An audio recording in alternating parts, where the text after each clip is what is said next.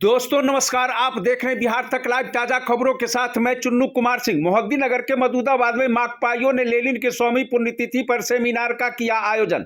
प्राप्त जानकारी के अनुसार रविवार को समस्तीपुर जिले के मोहद्दीनगर प्रखंड स्थित मधुदाबाद के एक निजी शिक्षण संस्थान गलेरियस में मकप्पा नेता मनोज प्रसाद सुनील के नेतृत्व में माकपाइयों ने लेनिन के तैलीय चित्र पर पुष्पांजलि अर्पित कर 100वीं पुण्यतिथि मनाई गई। साथ ही एक सभा का आयोजन किया गया, जहां क्षेत्र से आए मुख्य अतिथि मकप्पा के विधायक अजय कुमार, सत्यनारायण सिंह, रामबाबू पासवान एवं अन्य नेताओं ने पार्टी के सिद्धांतों के साथ केंद्र सरकार पर जमकर बरसते हुए कहा कि जहां रोजगार, भ्रष्टाचार, महंगाई एवं अन्य मुद्दों पर बात होनी चाहिए, वहां देश के जनता को राम के नाम पर गुमराह कर राजनीति की रोट इससे की जा रही है। इसलिए आने वाले चुनावों में भाजपा के सत्ता में आने से रोकना होगा ताकि भारत के संविधान को बचाया जा सके।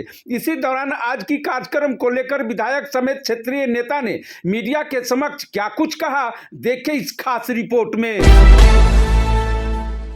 नहीं, आज का जो कार्यक्रम है जो अभी समाप्त हुआ, ये कार्यक्रम सिर्फ कॉमरेड व्लादिमीर इलिच लेनिन जो 1917 की सोवियत रूस के क्रांति के नायक थे और जिस क्रांति के बाद पूरी दुनिया के अंदर जो है समाजवाद की स्थापना हुई थी और उसके बाद पूरे दुनिया के अंदर कम्युनिस्ट पार्टी की स्थापना हुई थी और हमारे देश के अंदर भी देश की आज़ादी की लड़ाई को उसने प्रभावित किया था। उस लड़ाई से प्रभावित होकर के देश के असंख्य नौजवानों ने देश के संघर्ष से अपने को जोड़ा था, जिसमें मुख्य तौर पर आप शहीद आजम भगत सिंह, चंद्रशेखर आज़ाद, राम प्रसाद बिस्मिल, अशफाकुल्ला खान, जयदेव कपूर, ऐसे तमाम लोगों को ले सकते हैं। लेनिन की 100वीं बरसी का पालन हम लोग न सिर्फ मोहद्दीनगर में कर रहे हैं, बल्कि आज से लेकर के 7 दिन तक लगातार पूरे देश के अंदर कम्युनिस्ट पार्टी मार्क्सवादी ने आह्वान किया कि उनके विचारों की प्रासंगिकता आज और भी बढ़ गई है। चूंकि पूंजीवाद का विकल्प पूंजीवाद नहीं हो सकता है, पूंजीवाद का विकल्प आज दुनिया के अंदर घट रहे घटनाओं ने प्रूफ कर दिया है कि पूंजीवाद का विकल्प समाजवादी ही विचारधारा है और इसीलिए इसको लेकर के हमारी पार्टी ने कहे कि इसको आप पूरे देश के अंदर इस अभियान को चलाओ। आज आप देख रहे हैं कि हमारे देश के अंदर एक बड़ी घटना कल ही घटने वाली है।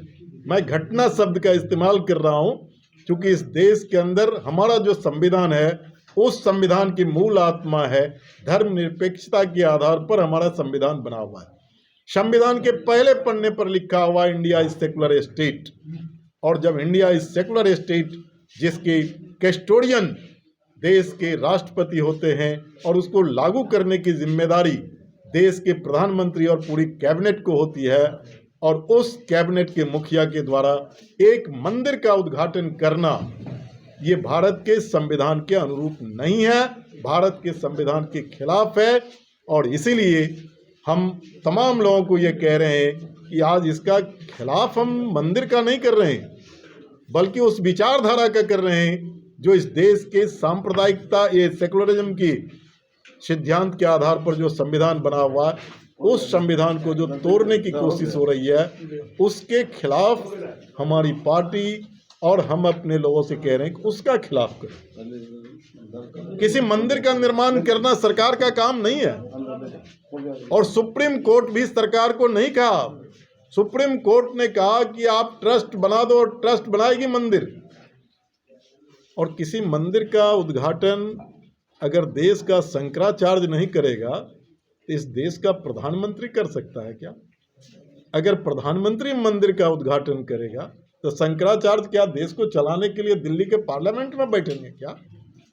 ये धर्म को राजनीति से जोड़ करके इस देश के डेमोक्रेटिक सिस्टम को पूरी तौर पर डिमोलिश करने की कोशिश कर रहे हैं। दरअसल इस देश के संविधान से उनको कुछ लेना देना नहीं है। उनका जो मदर ऑर्गेनाइजेशन है आरएसएस, उसने अपने स्थापना काल में बोला था कि हम 100 साल जब पूरा होगा तो हिंदू राष्ट्र घोषित करेंगे। देश का संविधान जब पार्लियामेंट में 26 जनवरी 1950 को जब उसका वेलकम हो रहा था, तो आरएसएस के हेडक्वार्टर में देश के संविधान के प्रतियों को जलाया जा रहा था।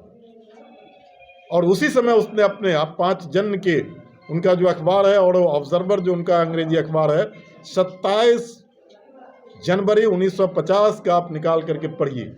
उसने कहा था कि जब मेरा 100 साल स्थापना का उसका जन्म व स्थापना हुआ था 1925 में, यानी 2024 तक उसने कहा था कि इस संविधान को हम बदल देंगे और हमारा अपना जो संविधान होगा वो जो पहले से हम मनुस्मृति वो मेरा संविधान होगा। उस संविधान को लागू करने के लिए सारे ताना बाना जो है ये बुने जा रहे हैं। दरअसल 24 में चुनाव होना है।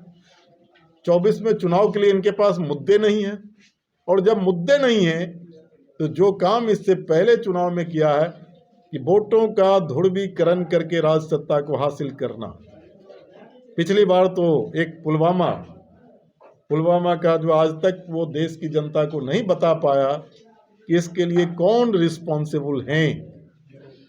अब इस बार उनके पास पुलवामा नहीं बचा था, तो इस बार उसने मंदिर का उद्घाटन का एक स्टेज करके वो देश के बहुसंख्यक हिंदुत्व की भावना को उभार करके राज सत्ता को हासिल करना चाहता है।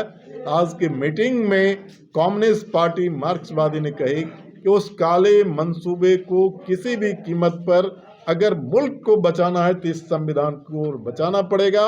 संविधान को बचाना है तो उस काली ताकत को दिल्ली की गद्दी से हटाना पड़ेगा।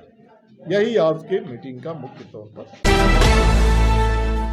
आज का कार्यक्रम CPIM local committee Mohiuddinnagar Mahanpur और पटोरी के द्वारा कॉमरेड लेनिन जो दुनिया के मेहनत कशों के नायक थे, उनकी 100वीं वर्षी पर यह कार्यक्रम आयोजित था।